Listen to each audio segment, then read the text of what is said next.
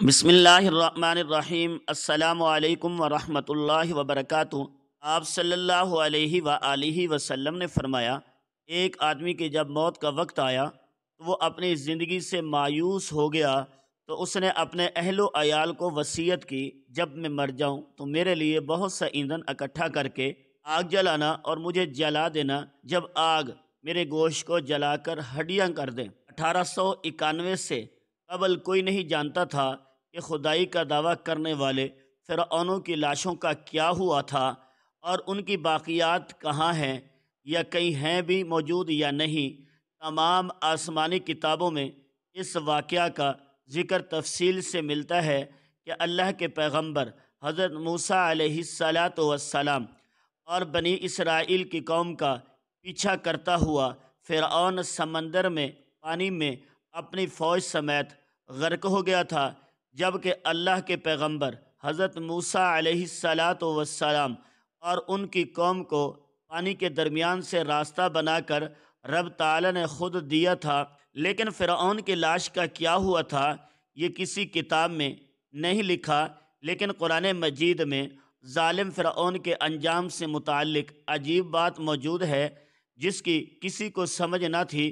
قرآن کریم کی سورۃ یونس کی آیت نمبر 92 میں اللہ نے ارشاد فرمایا، جس کا ترجمہ یہ ہے کہ سو آج ہم تیری ہی لاش کو نجات دیں گے تاکہ تو ان کے لیے نشان عبرت ہو جا جو تیرے بعد ہیں، اور حقیقت یہ ہے کہ بہت سے آدمی ہمارے نشانیوں سے غافل ہیں۔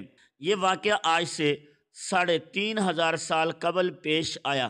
فرعون کے ڈوب کر مرنے کے بعد فرعون کی لاش کو اللہ کے حکم سے بحر پھینک دیا گیا تھا، جبکہ باقی لشکر کا کوئی نام و نشان نہ ملا۔ مصریوں میں سے ایک شخص نے ساحل پر پڑی فرعون کی لاش پہچان کر پہلے درباریوں کو بتایا، پھر اس کی لاش کو محل میں پہنچایا گیا۔ درباریوں نے اس کی لاش کو مثالیں لگا کر پوری شان اور احترام کے ساتھ تابوت میں رکھ کر محفوظ کر دیا۔ محفوظ کرنے کے عمل کے دوران ان سے ایک غلطی ہو گئی تھی۔ فرعون چونکہ سمندر میں ڈوب کر ہلاک ہوا تھا، مرنے کے بعد کچھ عرصے تک پانی میں رہنے کے باعث اس کے جسم پر سمندری نمکیات کی ایک تہہ جمی رہ گئی تھی۔ مصریوں نے اس کی لاش پر نمکیات کی وہ تہہ اسی طرح رہنے دی اور اسے اسی طرح محفوظ کر دیا۔ فرعون کے بال اور ناخن آج بھی کیوں بڑھتے ہیں، اس کی لاش آج بھی کیسے اتنی تازہ ہے، حیران کن حقائق۔ فرعون کی فرعونیت سے ہر کوئی واقف ہے، جس نے ایک ظالم بادشاہ بن کر ظلم کی پہاڑ ڈھا دیے۔ خداوندی کا دعویٰ کرنے والے مصری فرعون دوم کی لاش آج نشان عبرت کے طور پر میوزیم میں رکھی گئی ہے۔ فرعون کی لاش سے متعلق بہت سی ایسے راز موجود ہیں جن کے بارے میں بہت سے لوگوں کو نہیں پتہ۔ آج ہم آپ کو فرعون کے غرق ہونے اور اس کی لاش کے حوالے سے حیران کن حقائق بتائیں گے جو آپ کے لیے نئی معلومات ہوگی۔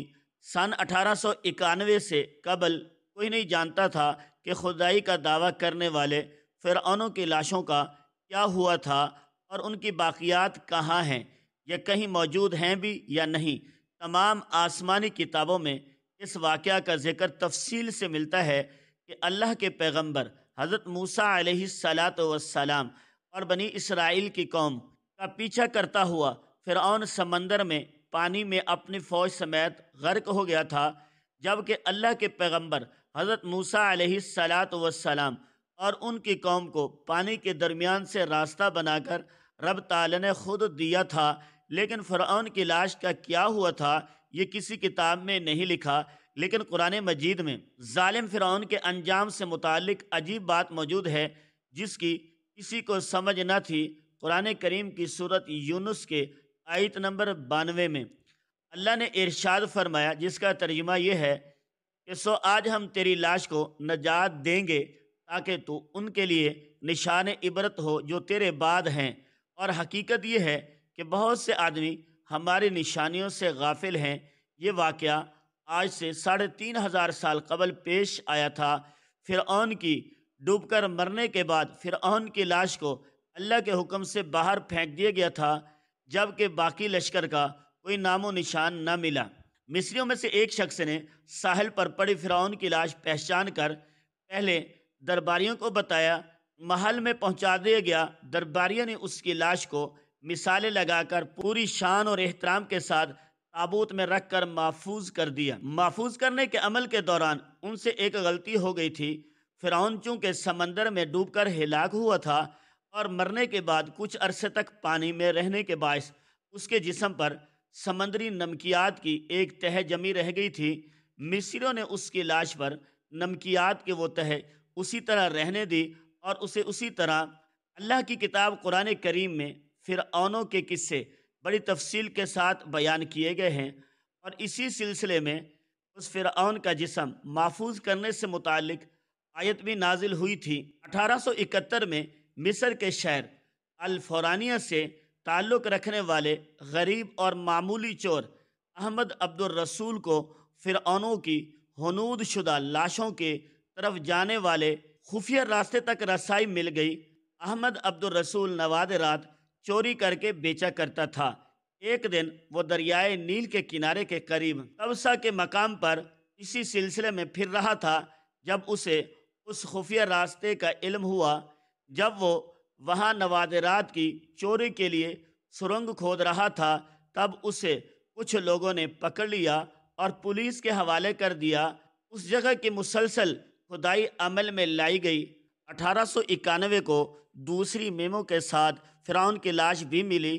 اس کے کفن پر سینے کے مقام پر اس کا نام درج تھا۔ اس کی لاش پر تحقیق کی گئی تو اس بات کی تصدیق ہو گئی کہ وہ فرعون کی لاش ہے۔ 1986 میں فرعون کی باڈی خراب ہونے لگی تو اس وقت کی مصری حکومت نے فرانس کی حکومت سے درخواست کی کہ فرعون کی باڈی کو خراب ہونے سے بچایا جائے۔ جدید سائنسی ذرائع سے اس کی موت کی وجہ بھی معلوم کی جائے۔ بعد ازاں فرعون کی باڈی کو فرانس لے جایا گیا اور اس کے لیے باقاعدہ فرعون کا پاسپورٹ بھی بنایا گیا تھا، کیونکہ اس وقت کے فرانس کے قانون کے مطابق لاشوں کا بھی پاسپورٹ بنایا جاتا تھا۔ فرانسی حکومت نے بہت شان و شوکت اور کسی عظیم زندہ بادشاہ کی طرح فرعون کی باڈی کا ایئرپورٹ پر استقبال کیا۔ اس کے بعد فرعون کی باڈی کو ماہر ڈاکٹر کی ٹیم کے حوالے کیا گیا، جس کی سربراہی میں ڈاکٹر نے مائکروسکوپ ٹیسٹ کے ذریعے تمام اعضاء کا باریک بینی سے جائزہ لیا گیا تو معلوم ہوا کہ اس کی لاش اور جسم میں سمندری ذرات ابھی تک موجود ہیں اور اس کا گوشت ہر روز تازہ ہوتا ہے اور بڑھتا رہتا ہے، اور موت بھی اس کی پانی میں ڈوبنے کے باعث ہوئی تھی۔ ڈاکٹر کو علم تھا کہ لاش کسی اسلامی ملک سے ملی ہے۔ تجسس کے ہاتھوں وہ مجبور ہو کر فرانسیسی ڈاکٹر مورس مصر گئے، جہاں انہوں نے ایک مصری سائنسدان سے ملاقات کی۔ اس مصری سائنسدان نے قرآن پاک کو کھول کر سورۃ یونس کی آیت نمبر 9 اور 96 کا ترجمہ کر کے لفظ بلفظ سنایا۔ فرعون کے بال اور ناخن تاحال بڑھتے ہیں۔ اس حوالے سے سائنسدان بھی یہی کہتے ہیں کہ انسان کے مرنے کے بعد بھی اس کے بال اور ناخن بڑھتے رہتے ہیں۔ ہر سال 15 مارچ کو مصر کے میوزیم میں رکھی گئی فرعون کی باڈی پر چوہے چھوڑے جاتے ہیں اور وہ اس کا بڑا ہوا گوشت کھا جاتے ہیں، اور پھر فرعون کی باڈی کی ڈریسنگ کرنے کے بعد دوبارہ اسے شیشے کے تابوت میں رکھ دیا جاتا ہے۔ قرآن مجید کی آیت کے مطابق مسلمانوں کا یہ عقیدہ ہے کہ فرعون کو اللہ تعالیٰ نے پانی میں غرق کر دیا تھا اور قیامت تک اس کی لاش کو نشان عبرت بنا دیا۔